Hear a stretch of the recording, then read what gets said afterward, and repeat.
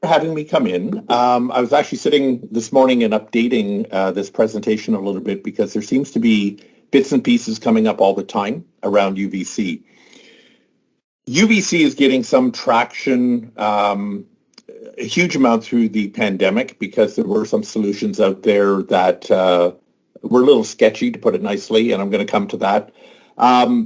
I don't have a disclaimer slide in here because I think you all know I work for Diversity, and I'm not going to talk specific products in here. I'm trying to keep this as general as possible.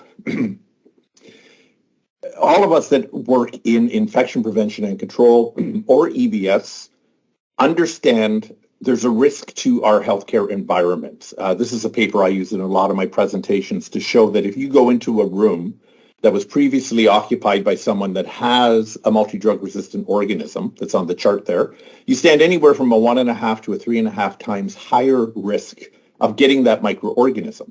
So we know the healthcare environment can contribute to that. We know our patient room cleaning is not as good as it should be.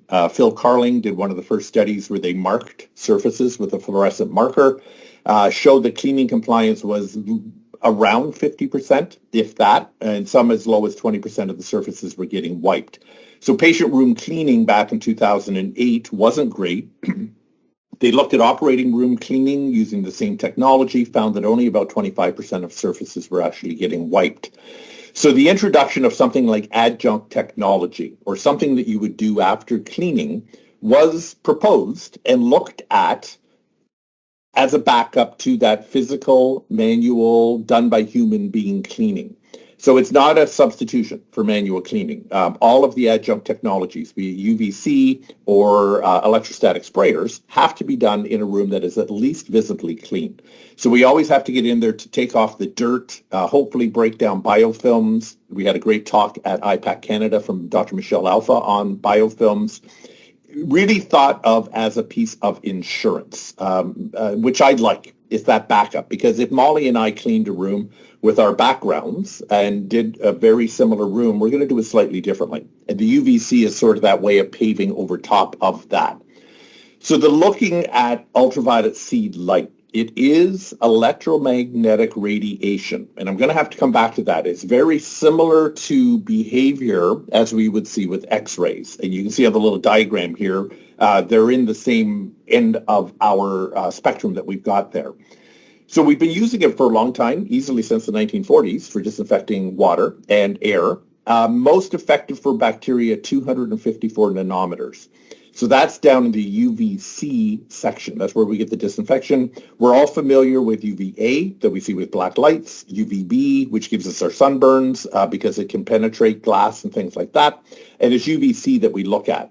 Now, there is also something called far UVC, which is a little farther over at 222 nanometers is usually the wavelength that they examine. So from that 200 to 230 is what we now refer to as far UVC. There's a link there, excuse me, from the International IUVA, something about International UV Association. And they did a paper looking at this far UVC, and I'll come to some of their recommendations around it in a few slides here. So the paper reviewed that it's very effective against viruses on surface and in air, experimentally. Most of these papers talking about far UVC indicate we need a lot more research. The lights need filters because they do also emit that 254 wavelength that can be hard on our eyes and skin. The lamps do emit ozone that they're looking at. Is there a way of reducing the amount of ozone that comes out of these lamps that aim at getting us down to that 222? They claim it is skin and eye safe in the laboratory. So again, this is one that I would want to have a bit more information on. The far UVC people are out there, though. A lot of them are now trying to put it up in your air handling system so that the air gets sucked past one of these lights before it's put back into the room. There is also the visible blue light. I know I've seen ads for it. Couldn't find it on my hard drive about 45 minutes ago when I was looking for this. They claim that you can have continuous room exposure. So it's fitted into your fluorescent tube system. So the room has this very blue glow to it. The wavelength is closer to 400 nanometers, which is getting up to visible light. The way they're supposed to work is it breaks down the porphyrin ring in bacteria, which isn't present in viruses and spores. And they tend to gloss over that you can have the room light on all the time. The patient, it's not going to bother them because it's closer to visible light. And it will take care of that porphyrin ring in bacteria. So it does absolutely nothing for viruses. And I find in their literature, which I haven't seen recently, that's a big drawback. And it's a long exposure time. So we don't, that's why they say you can leave the light on in the room all the time, and within 24 hours, any bugs that were there at the start are going to be killed. Anything newly introduced, they gloss over again. So with these two other modalities that I'm talking here, what follows now is what you really need to ask a manufacturer that comes in and talks to you about UVC. So how does it work? It breaks down the actual genetic material. It breaks it up so the organism can no longer reproduce. It doesn't necessarily kill the organism, but it stops it from reproducing. So we know it is effective. It's environmentally friendly. It's a non-chemical approach. Again, to reiterate here, it does not penetrate dirt or soil or oils. So the surface must be visibly clean. So because it is electromagnetic radiation, I got to talk a bit of physics here. Please don't gloss over when I start mentioning physics, but it's something I never learned at high school. I never learned the little bit I took at university. I'm a lab technologist. I'm sure all of the radiology technologists understand this, and I'll use that analogy of X-rays as I go through this. So what I want to look at is the inverse square law. And all electromagnetic radiation, the intensity decreases with the square of the distance. So if you move away from the bulb, so say you have at 1 foot or 30 centimeters, 100 arbitrary units, and I'm just making up 100 units because I want to show the analogy here. When you double that distance to 2 feet, it doesn't cut the power in half. It cuts it down to 1/4 because you squared the distance. The 2 feet is the square of 2 is 4, so you divide the 100 arbitrary units by 4. When you go to 3 feet, you divide that 100 arbitrary units by 9, the square of 3. If you go to 4 feet, you do it by the square of 4. So now the 100 is divided by 16, so you're down to 6.25 units. All electromagnetic radiation has this issue. The farther away from the bulb, the intensity drops off by the square of that distance. And it's just because of UVC. So again, my analogy, we've all had x-rays done at the dentist. They put that transducer head as close as possible to the film inside your mouth because they want to give you a very low dose. They don't want to have a big distance like the picture on the right because that intensity would be, the dose would be intense to get an x-ray with that kind of a distance because how the power drops off. So that's how I always remember what's going on here. The other physics thing that goes on is the angle of incidence. So UVC light intensity decreases when the light strikes the surface at a flatter angle. So on the left, I've got the light shining straight down at a surface. So it's a 90-degree angle. That's 100% effective. If the light's off on a bit of an angle or even more of an angle at 38 to 22-degree angle, it cuts down the intensity quite a bit. It's actually called the cosine law. Don't worry about that. I'll never give you a quiz on this. But for a fixed bulb system, this diagram shows that directly in line with the bulb, you get 100% of the intensity except for how much it's dropping off by the distance. So you can see with a fixed bulb, if you have a horizontal surface, something that's down at that 30-degree angle, you're not getting as much intensity of the light. So in terms of a patient room, with that fixed bulb, if you have a UV pole directly opposite, it's getting most of the intensity. If you have an overbed table, the light hitting it is coming down on an angle and it's not as intense. All UVC does this. And again, if you think of the x-rays again, if I was trying to take a picture of my elbow, the intensity of the light hitting down there, if they had a plate underneath my elbow, would not be as strong as hitting directly into my face there. And if you think about what we're trying to use adjunct technology for within a patient room, if you look at all the stuff up here that is actually vertical for a fixed bulb system, there's not a lot of things up here. There's 7 different things that are actually vertically mounted in the patient's room. Everything else is pretty horizontal. So this is something you would have to factor in if you are looking at a UVC system. The other limitations of it is shadowing. UVC does bounce. So you can bounce it off a reflective surface and back again to get into the shadow, say, on the far side of a bed. But you have to remember that distance, the energy is dropping off a lot. So that inverse square law is always going to come back. Overexposure, if you have articles very close to that bulb and the bulb is running for, say, 50 minutes, as some systems do, that high exposure will start to cause breakdown of plastics. And that's a well-recognized phenomenon. It depends on the type of plastics, or it can yellow the actual surface. Excuse me. We also know that with soil, as I said, there's actually a study to show that it's not as effective. So we have to have that visibly clean surface. This is back to the far UVC. Excuse me. So they were talking about the limitations of far UVC in air. The dose distribution delivered by an air disinfection system will be influenced by the power of the lamp, placement of the lamp because of the angle, and the distribution of the UVC sources, as well as the air circulation for air disinfection. So whenever you read about these UVC systems in air ducts, you have to remember it's the contact time of the air flowing past. So if you have a really high air flow, it's not exposed to the UVC lamp very long. If you actually put something in so the air has to flow past several different lamps, you start to affect the air flow, but you will get a longer exposure time. So anyone that talks about putting it into air flows or mounting it way up at the top of, I've seen these blue lights in airports, and they're talking about how effective they are, and I'm thinking, but not down at surface level because of the distance that the light has to travel. It has been a wild west out there for testing UVC devices. And it was Jennifer Cadnam pointed out that there's no standardized way of doing it. There is, in 2018, ASTM came out with a way of saying if you are going to put out results for UVC and you follow this methodology, you have to tell them how intense the lamp was, how far away it was from the carrier, what the angle was of the carrier to the light. Because if I took some C. difficile spores and put it right in front of my lamp, 20 centimeters away, I'm going to kill those spores pretty quickly. But that's not real life. And I've had other companies approach me about our device saying, well, we kill this much in this much time. And I said, well, where did you put the carrier in relation to the bulb?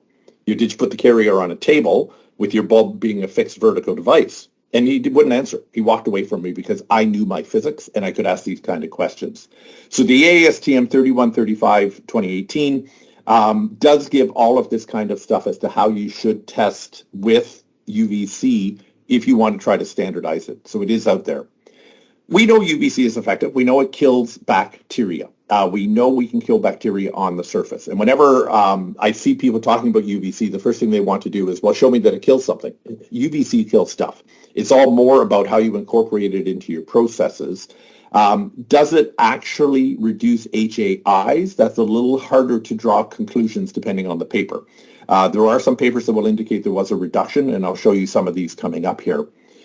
So Dr. John Boyce did a paper looking at terminal decontamination of patient rooms using an automated mobile UVC light.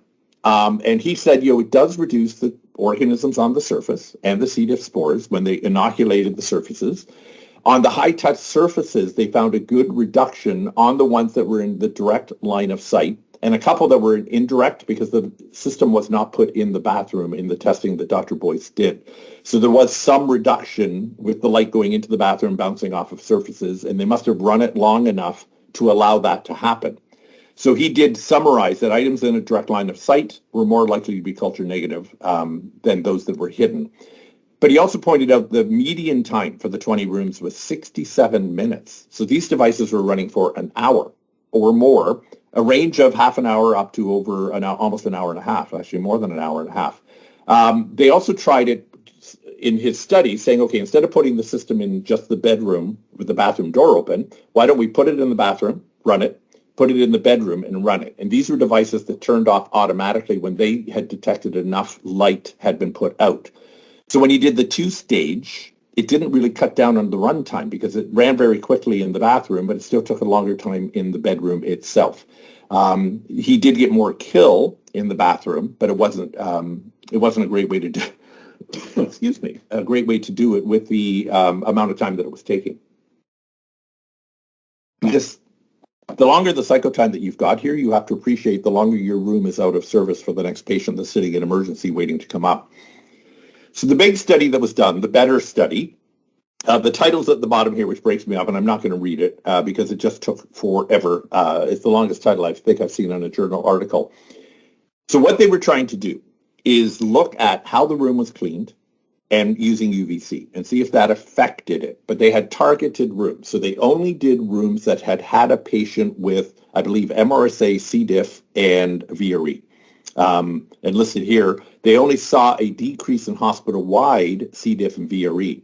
It wasn't specific to patients that went into the room after the target room had been treated, which surprised them. Overall, the hospital risk of VRE and C. diff acquisition dropped off. What was very surprising in their study, if the target room was cleaned first with bleach and then treated with UVC, there was no statistically significant difference in acquisition by the next patient going in, which surprised the authors. They would have thought if I disinfected the room with bleach first and then used UVC as an adjunct technology, we should have had almost no acquisition of patients going into that room. That's not what they saw. What they saw is the hospital-wide risk of C. diff was significantly lower in the UVC study period, but not significantly lower in the bleach study period, or the bleach and UV study period. So surprised them. The actual best result they had was cleaning the room, believe it or not, with a quat disinfectant first, and then using the UVC, which they could not explain in the study. Incorporating UVC into your system, either through EVS placing the system or just how it ties up, has been studied because you want to make sure you've got good utilization of the UVC into your room. So Anderson, who did the better study, did a follow-up paper on what the barriers were to getting the device into the rooms. They needed to find out what were those target rooms, and sometimes that took well to get the information to whoever was placing the machine, and the time constraints on the EVS staff, because a lot of times they've got the nurse standing outside going, listen, we got a patient coming up from emergency. I can't give you an hour to zap this room. We want to get the patient into the room. So there was that time pressure from the bed control personnel, finding out how to identify the room. The nurse managers weren't happy that these rooms were being tied up. And it really did depend on the discharge volume. Some days you may only have a few discharges. Other days you've got a whole bunch of discharges. They couldn't get around to the rooms accurately. The system they were using, again, had a time cycle that ran anywhere from 25 to 46 minutes, with the median being 33. That was for the vegetative cycle. If the patient had had C. difficile, you ran it longer for a median time of 55 minutes. So there was an issue with that, that's tying up the room. They also recognized that the system they were using, they noticed dust was accumulating on the UV bulbs. So then it correlated with an increased run time of the device, because that's blocking. UVC doesn't like to penetrate anything. So they had to clean the bulbs weekly, about 2 months into the study. Now, I know which device they were using, and I've seen the manufacturer's instructions for use, and I do not remember seeing you must clean these bulbs every week to 2 weeks to keep the dust off of them to cut down on the cycle time. Just something else to keep in the back of your mind if you look at systems. This is a new preprint that's just out. It hasn't come out officially yet, but the title of it is The Use of UVC Disinfection, Strategies for Deployment of UVC in an Acute Care Facility, a Quality Improvement Initiative. Because again, they were finding they were having trouble getting the device into the patient rooms. They were trying to prioritize contact precaution rooms that had had patient with CDI or norovirus, or MDROs on contact precautions, discharges from the ICU, and discharges on an inpatient room. But they had to prioritize. Part of it was the number of cycles that they were doing as they tried to get it all organized. We want to just do these special rooms.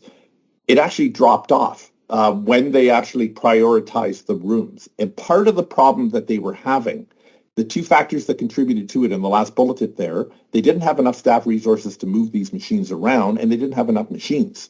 And that was sort of what they proposed, is that, when you're looking at these machines that can run you $100,000, they need a lot of them if they want to target all the rooms that they had in this hospital. So that is going to come up again in terms of the utilization. I got another paper here that was done that actually showed really interesting stuff that went against all the physics that I've already talked about. So this is out of Vancouver, Dr. Liz Bryce's research group. Titus Wong is the lead author on the paper. But they were culturing after the room had been cleaned, and then, before the room was cleaned, after the room was cleaned, and then after UVC had been done. So prior to cleaning, they could find their marker organisms in a third of the room, MRSA, VRE, and C. diff. After cleaning, upwards of a third of the surfaces still had bacteria, so they had an issue with how they actually do clean. After UVC, it did cut back on how much was on the surfaces. So the number of colony forming units had dropped off. The floor one is the really interesting one, though, and I have to point it out. These are the floor numbers here. So before manual cleaning of the 61 paired samples, I guess the average colony count was 241 on the floor. After manual cleaning, it doubled because they were using a neutral cleaner and going up to 3 rooms with the same mop bucket. So they were actually putting bacteria down after the manual cleaning. But after running the UVC, they cut that down to 8.8. Statistically significant reduction in what was on the floor using a fixed bulb. So the angle down there, you're only getting about 30% of the intensity, if you remember my little picture I showed you. But these organisms that were on the floor seem to be exquisitely sensitive to the UVC, and they knocked it back a good couple of log on the floors. So I find that interesting in our patient rooms. If you are going to run a UVC device, it may also help keep down the colony count on the floor, regardless of what system you actually look at. So I just added this slide for Gord's benefit here. There's a new, we've always had our Pest Management Regulatory Agency, the PMRA, but they put out a notice that all UVC manufacturers have to submit documentation to the PMRA to receive basically a license to sell in Canada.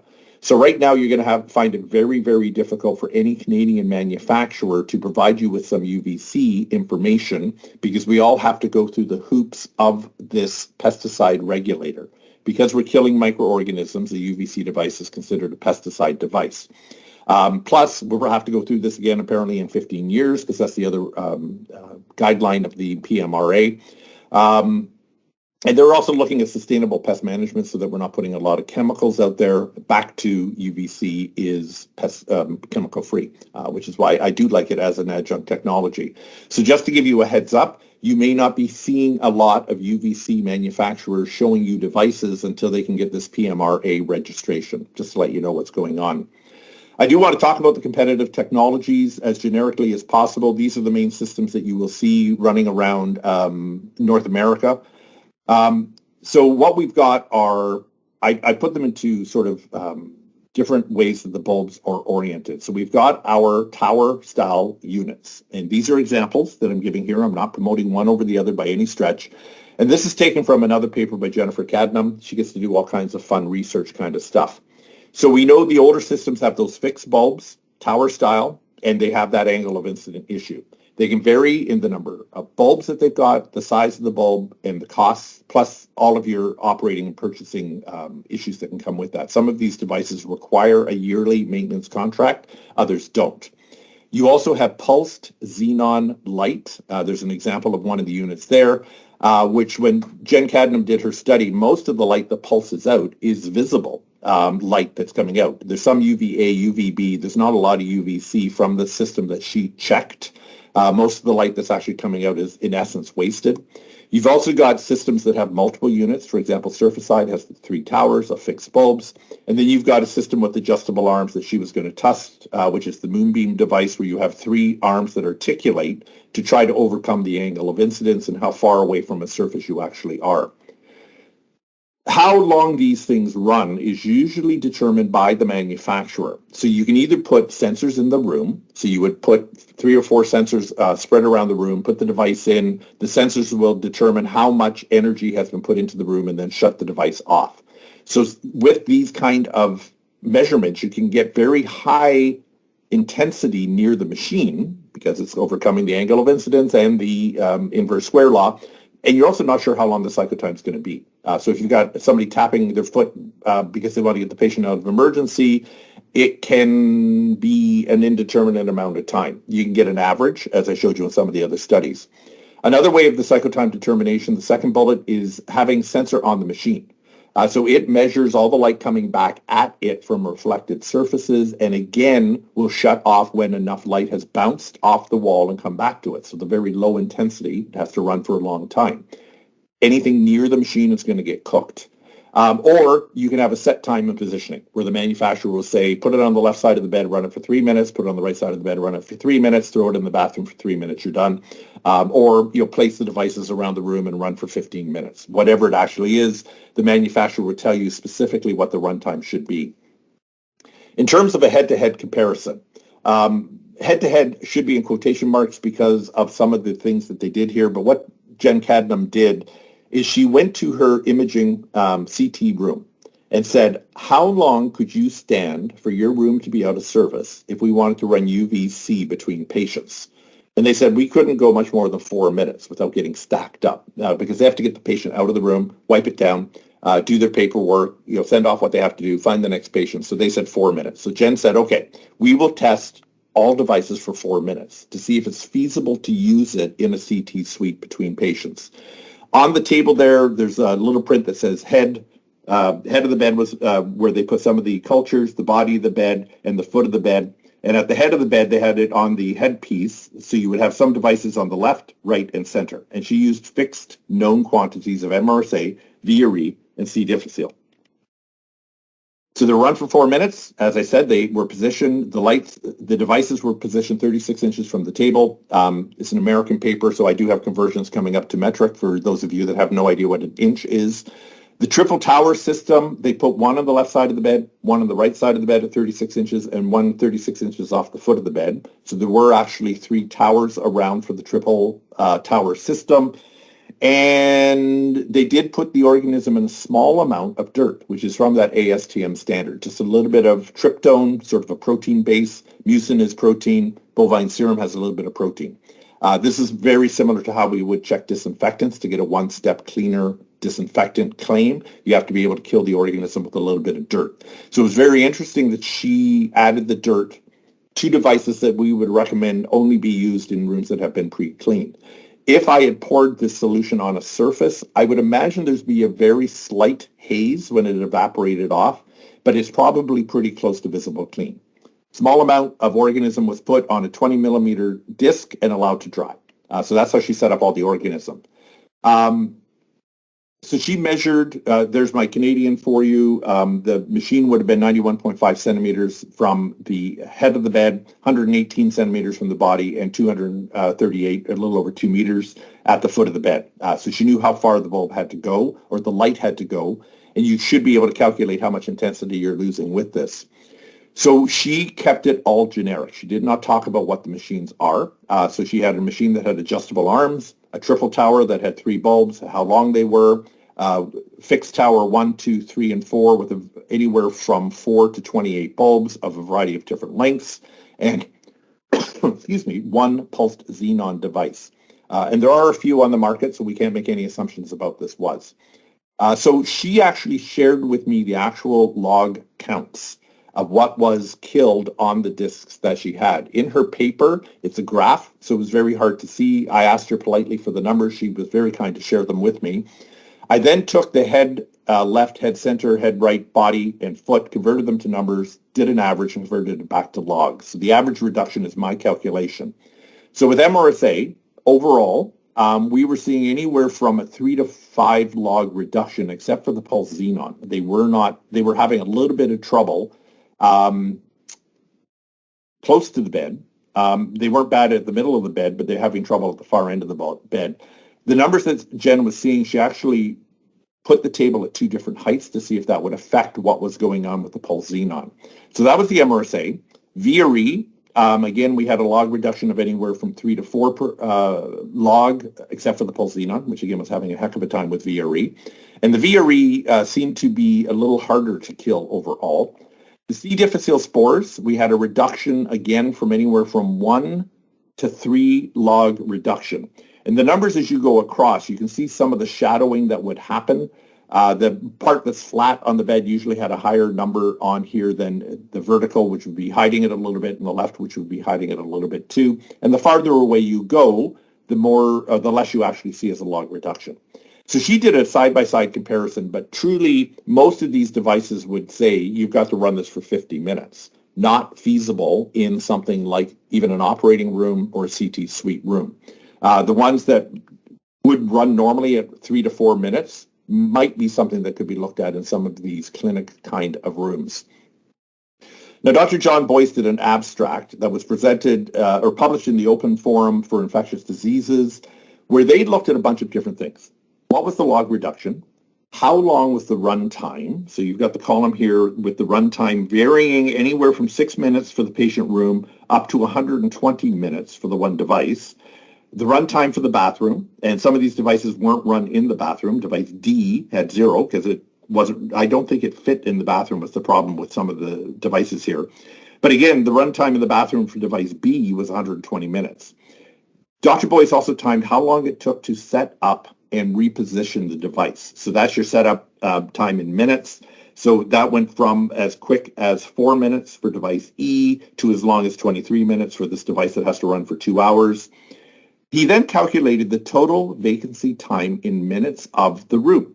So your room would have to be vacated for anywhere from 17 to 263 minutes in this paper. So then he looked at what was the log reduction divided by the minutes of room vacancy and showed that there was one device that actually had, for the amount of time that the room was empty, for the log reduction that you got on the surfaces that he had marked, gave you a 7.22% reduction per minute of room vacancy. So it went from a high of 7.22 down to a low of 0.38 because the machine that had to run for almost 4 hours to do the room is going to be an issue. So these are some of the things you look at. This is from one device manufacturer where they told you what it can kill: envelope viruses, gram-negative, gram-positive, non-envelope viruses, tuberculocidal, and spores, C. difficile spores. And this device indicated it was run for 3 minutes at a 4-foot distance. So you know roughly how the carrier was placed in relation to the bulb. It doesn't indicate if it was on a flat surface or in direct line of the bulb, but it gives you an idea of how manufacturers will give you information. So as an adjunct technology, wrapping up here, my infection prevention and control UVC goal, because of some of the cleaning audits that I have done, is I would love to see UVC run in every washroom every day. Now, there are devices out there, you may have seen papers on it, where you mount the device in the patient's bathroom or the public restroom, and when the door is closed and there's no activity for a period of time, the light comes on. And as soon as the door is open, the light goes off again. And this is manufactured as you get this continuous UVC disinfection of the room. I'm thinking, yes, but it doesn't penetrate dirt. And most public washrooms or patient washrooms that I have been in generally will have some form of soil around. So for my every washroom every day, what I am envisioning is the EVS tech goes in and cleans the bathroom first, because we don't double dip anymore. And if we're using disposable wipes, there's no chance of cross-contamination. At most, change their gloves when they come out of the bathroom, put the UVC device in the room, plug it in, let it run while they do the daily clean of the rest of the room. That would be my ideal situation to take care of a lot of pathogens that come through contact with feces. Failing that, every washroom of every contact precaution room every day, I think, is a goal that we should set for ourselves to try to do with adjunct technology. Because again, feces scares me at the best of time. At a minimum, UVC QDC, which came from another clinical advisor that has subsequently retired, and this popped out of her mouth as an RN. Why aren't we doing UVC QDC? Every discharge, the room should be done. What most hospitals do, because of the size of the units, the logistics of the problem, is they target certain rooms. And I showed you the paper by Kroll where they tried to increase the utilization of the machine. They just didn't have enough to do it more frequently. So this is one of the drawbacks that you're always going to run into with the UVC systems, is trying to have enough units to get the UVC done on a regular basis, making sure the staff are there and overcoming that. We got people sitting in emergency. Why are you putting something in the room after you've cleaned it? Because you're going to get that pushback too. So in summary, adjunct technology means the room has to be clean. It is not going to save you time, but it will give you that airbag to go with your seatbelt. It's going to remove the human factor of manual cleaning. One of my reps had to do a video for some training that we were doing in the United States, and he did a great mock-up of a car accident and then talked about, even though we have seatbelts in our car, we've added that layer of protection with an airbag. And it was a nice analogy for how adjunct technology works. We can clean the room very, very well, which is the seatbelt to keep the patient safe. But by adding in adjunct technology is that extra little bit to try to provide the safest possible environment for our patients. So I've yacked on here for about 36 minutes. Do we have any questions or comments? I can stop sharing so I can come back and see you guys.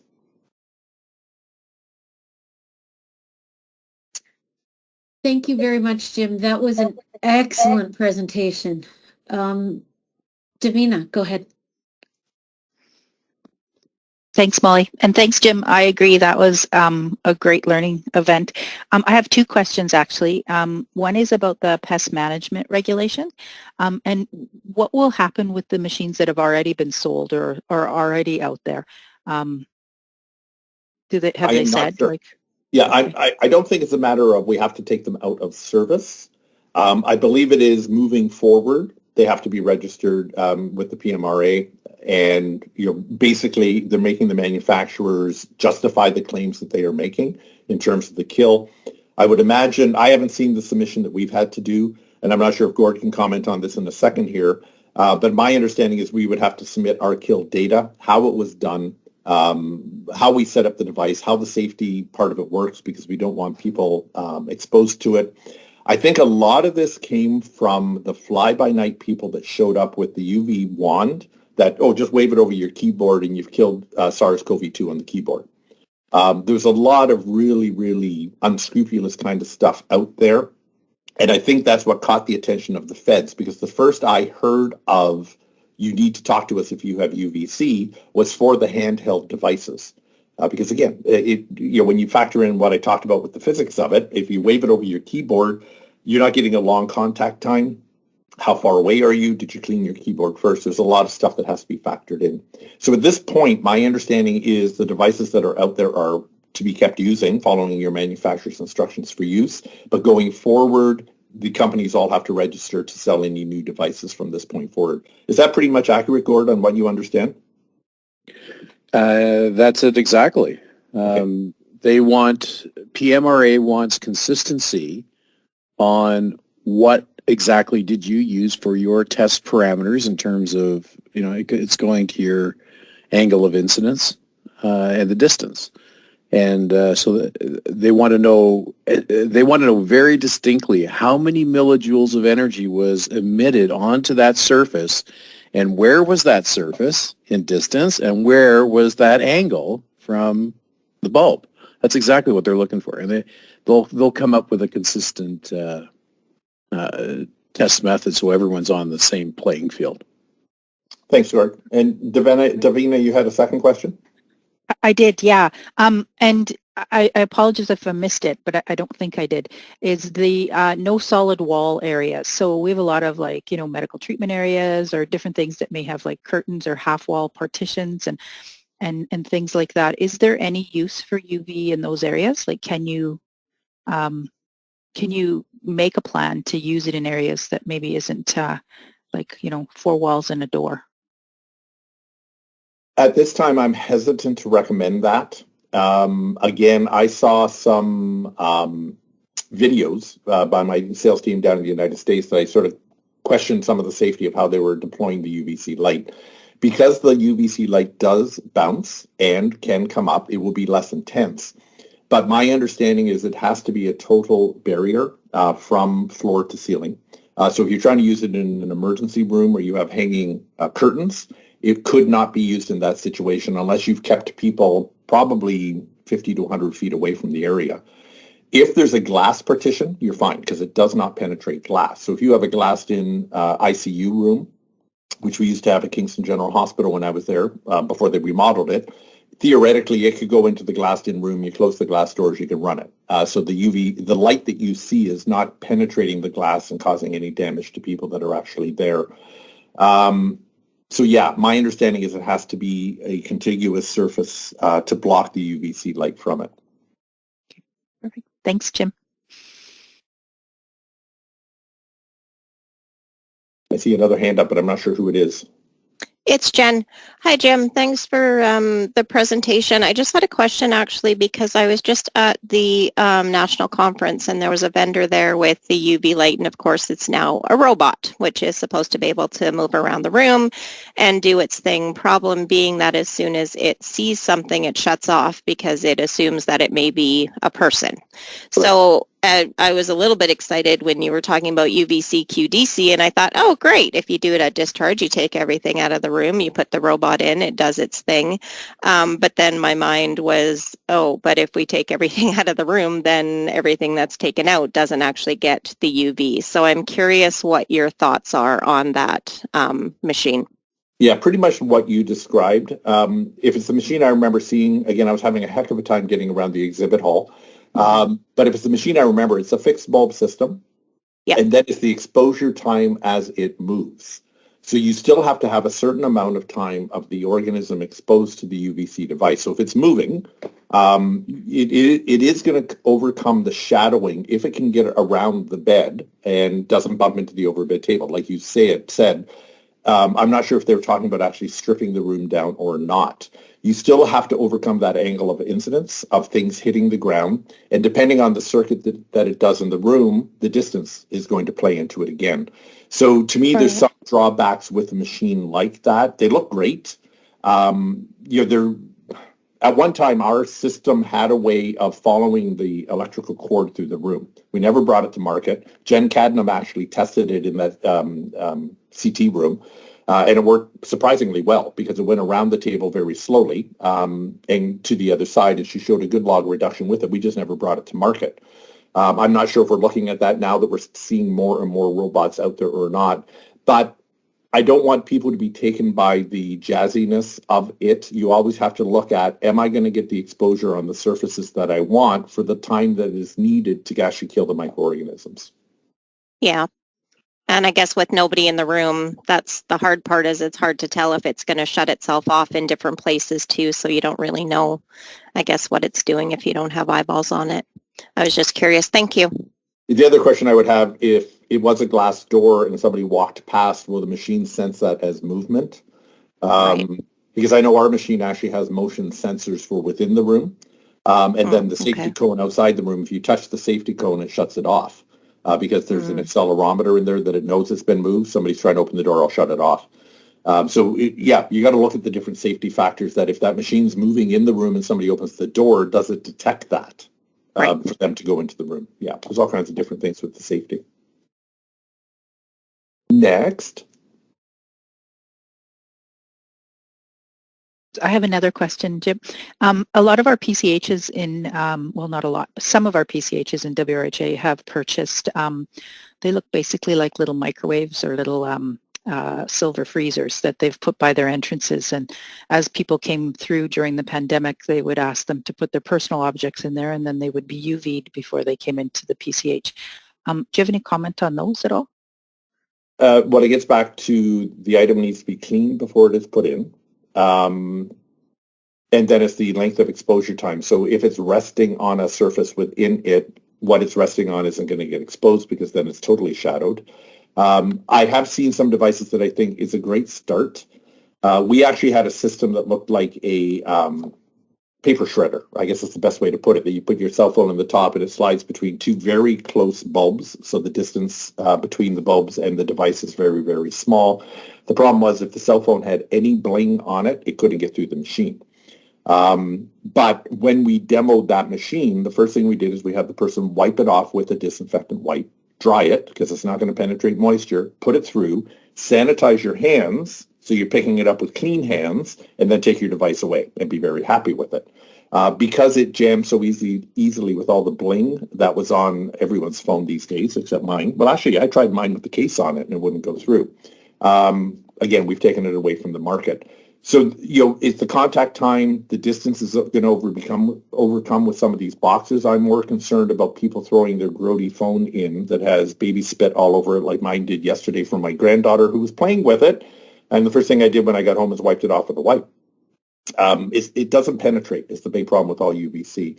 So I think if there's very clear instructions at these boxes, it's a good start. But if they're not sanitizing their hands, they're just putting the organism back on it when they pick it up. Okay, thank you. Molly?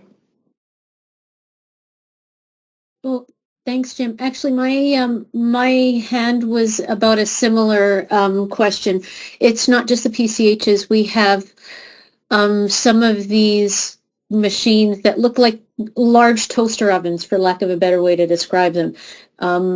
and have been purchased for use, in fact, across the province. And so you raised some really good points in terms of not just the machine in and of itself, but process considerations that need to be identified if they're going to be used at an entrance to a facility or wherever. So no, that's helpful. Thank you.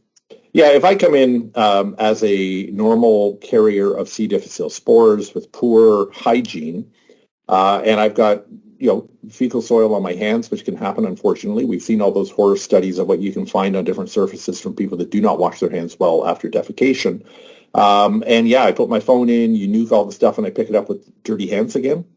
Have I really done anything other than the calming of fear overall? Like, you're not actually doing anything from a microbiological perspective without good, step one, use our disinfectant wipe here, wipe off your device. Step two, dry it. Step three, put it in the device. Step four, sanitize your hands. And if your hands are visibly soiled, go find some water and wash your hands. Step five, come back and take the device. You definitely, Molly, have to have that kind of a flow with it, or to me, it's all show and smoke and mirrors. Right. No, great points. Any other questions for Jim? This has been a lot of fun. It's like playing stump panelist. No, this was, as I mentioned to you prior to this, I certainly have a very keen interest in learning more about this. As you said, this is popping up everywhere, and I can't count the number of emails and other questions we received attached to this. So this was very helpful. Thank you very much for today, as always. And I think that gives us 9 minutes, if there's nothing else. Woohoo! All right. Thank you, Jim. Thanks, Gord. Thanks for reminding me, Molly. Thanks, Gord. Thanks, Molly. Yep. Talk Thanks, later, everyone. guys. Bye-bye. Bye.